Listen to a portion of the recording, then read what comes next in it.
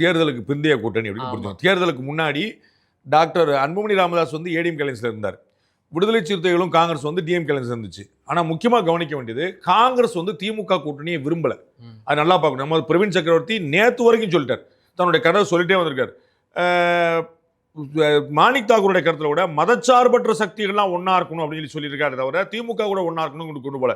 அப்ப இவர் வந்து ஏற்கனவே சொன்ன இந்த விடுதலை சிறுத்தைகள் உள்ளவங்களை இவங்க கூட சேர்த்து வச்சுட்டு அவர் வந்து தாவேக்கா கூட போனாருன்னா நாங்கள் மதச்சார்பற்ற சக்தியெல்லாம் கொண்டு போய், ஏன்னா வந்து ஏடிஎம்கே உள்ள வந்துட்டா காங்கிரஸ்க்கான ஸ்பேஸ் இன்னமும் பிள்ளை கம்மியா இருக்கு. அப்போ வந்து மாணிக் தாக்கூருடைய கருத்துலையும் பிரவீன் சக்கரவர்த்தியுடைய கருத்துலையும் அவங்க வந்து உள்ளவருக்கான வாய்ப்பு. ஏன்னா நம்ம பார்க்குறோம் ராகுல் காந்திக்கும் திரு விஜய்க்கும் வந்து டைரக்ட் கனெக்ட் இருக்கு.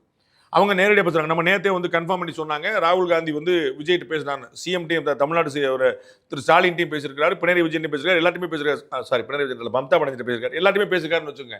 அப்படி பேசியிருந்தா கூட இவருக்கான ஒரு பர்சனல் விருப்பம் நம்ம பார்த்தோம். போன முறை தேர்தல் பிரச்சாரத்தின் போது அவர் வந்து ஒரே ஒரு முறை தான் வந்தார்.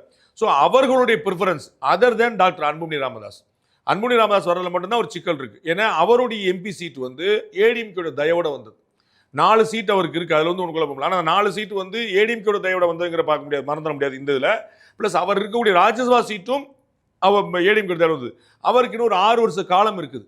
ஸோ ராஜ்யசபாவில் அடுத்த பார்லிமெண்ட் எலெக்ஷனில் ஒரு ப்ளே பண்ணலாம். அது மாதிரி நிறைய ஸ்பேஸ் இருக்குனால நம்ம வந்து இப்போ நம்மளுடைய பொலிட்டிக்கல் கேரியரை விட்டுறக்கூடாது. 4 எம்எல்ஏ ஒரு எம்பி. அப்போ வந்து நம்ம எம்பி பதவி விட்டோன்னு ஒரு பெரிய சிக்கல் வந்துடும் அப்படின்னு ஒரு கணக்கு இருக்கு. அதனால வந்து அவர் வந்து அந்த பக்கம் தான் தொடர்வாருன்னு நம்ம வந்து புரிஞ்சுக்கலாம்.